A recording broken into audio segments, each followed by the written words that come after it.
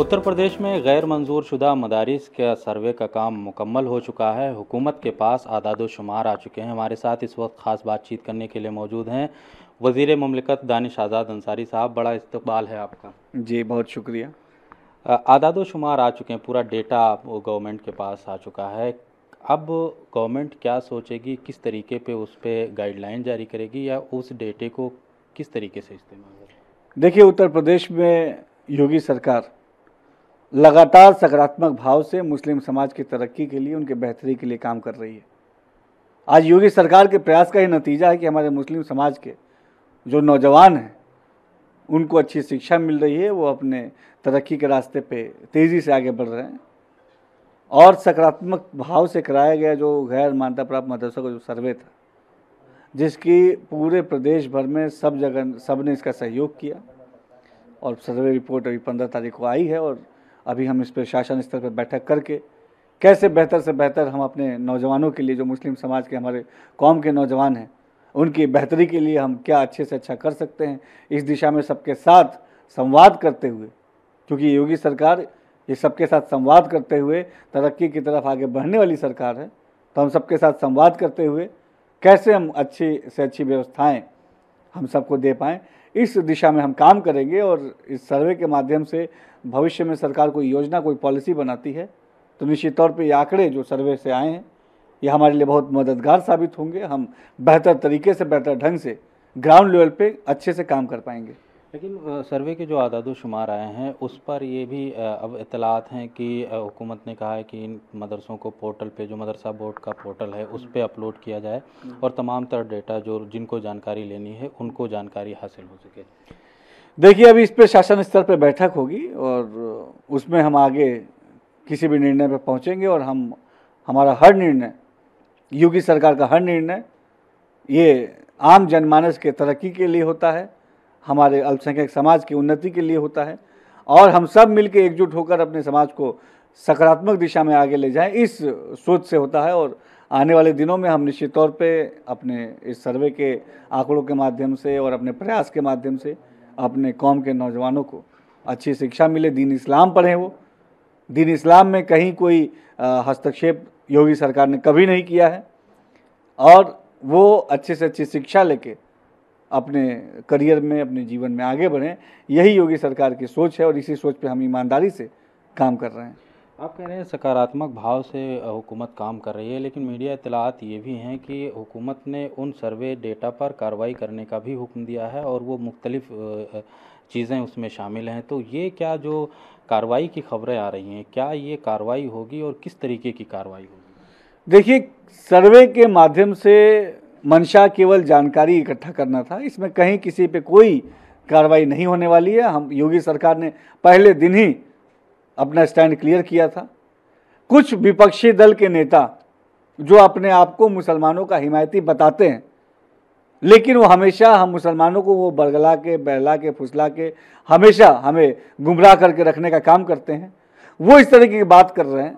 लेकिन योगी सरकार ने स्पष्ट किया है कि ये सर्वे केवल आंकड़े जुटाने के लिए है। इस सर्वे के बाद ना किसी पे कोई कार्रवाई होगी, ना ये कोई वैध अवैध घोषित करने की ये सर्वे है। ये सर्वे समय समय पे तमाम डिपार्टमेंट्स, चाहे आप बेसिक शिक्षा देख लीजिए, चाहे उच्च शिक्षा देख लीजिए, चाहे स्वास्थ्य विभाग देख लीजिए, हर डिपार्टमेंट समय समय पे अपना सर्वे करा के जनता की बेहतरी के लिए क्या कर सकता है इस दिशा में काम करता है।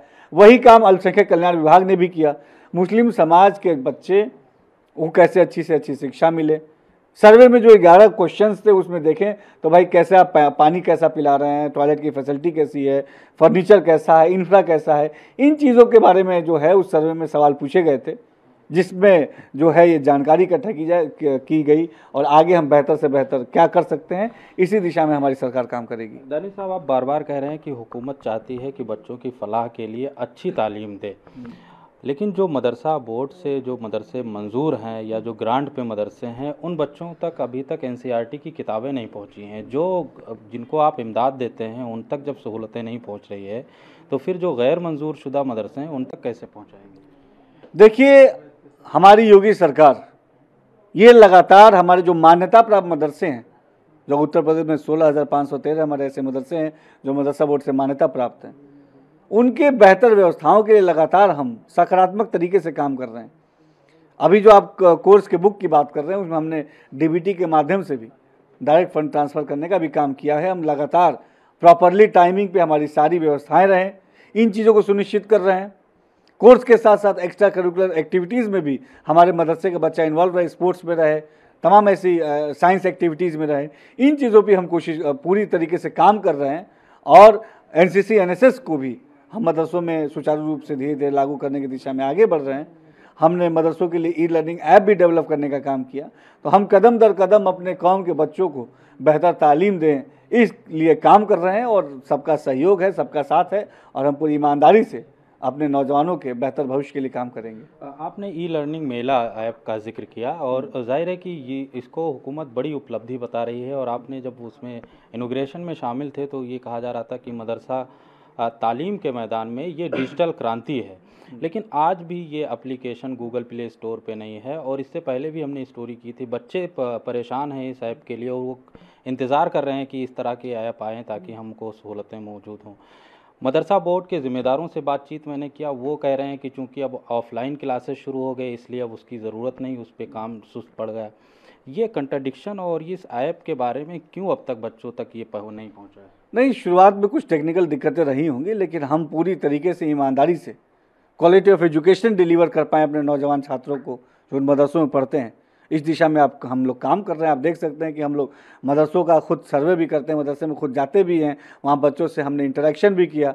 मैं भी आप देख सकते हैं कि प्रदेश भर में कहीं भी जाता हूँ तो मदरसों में जाता हूँ, वहाँ के बच्चों से बातचीत करता हूँ, वहाँ की व्यवस्थाएं देखता हूँ, उन सबसे फीडबैक लेता हूँ, बच्चों से, टीचर से, कि कैसे हम अच्छे से अच्छा और क्या योगी सरकार काम कर सकती है। और सबके प्रयास से आज हम मदरसा शिक्षा को बेहतर बनाने की दिशा में आगे बढ़ रहे हैं और आगे भी हम पूरी ईमानदारी से इसी तरह काम करेंगे। सर, आखिरी सवाल, जो आपने अक़लियती बहुल इलाकों में रोज़गार मेला का फ़ैसला किया है, क्या लगता है कि इससे जो अक़लियतों में एक तस्वीर बनी थी हुकूमत के ख़िलाफ़, योगी सरकार को लोग लेकर के तनकीद करते थे, इस लोगों के नज़रिए में इससे तब्दीली आएगी? चूँकि कल भी हम मौजूद थे वहाँ पे, लोगों से बातचीत किया तो इसकी बड़ी सताइश कर रहे थे, तारीफ़ कर रहे थे बच्चे।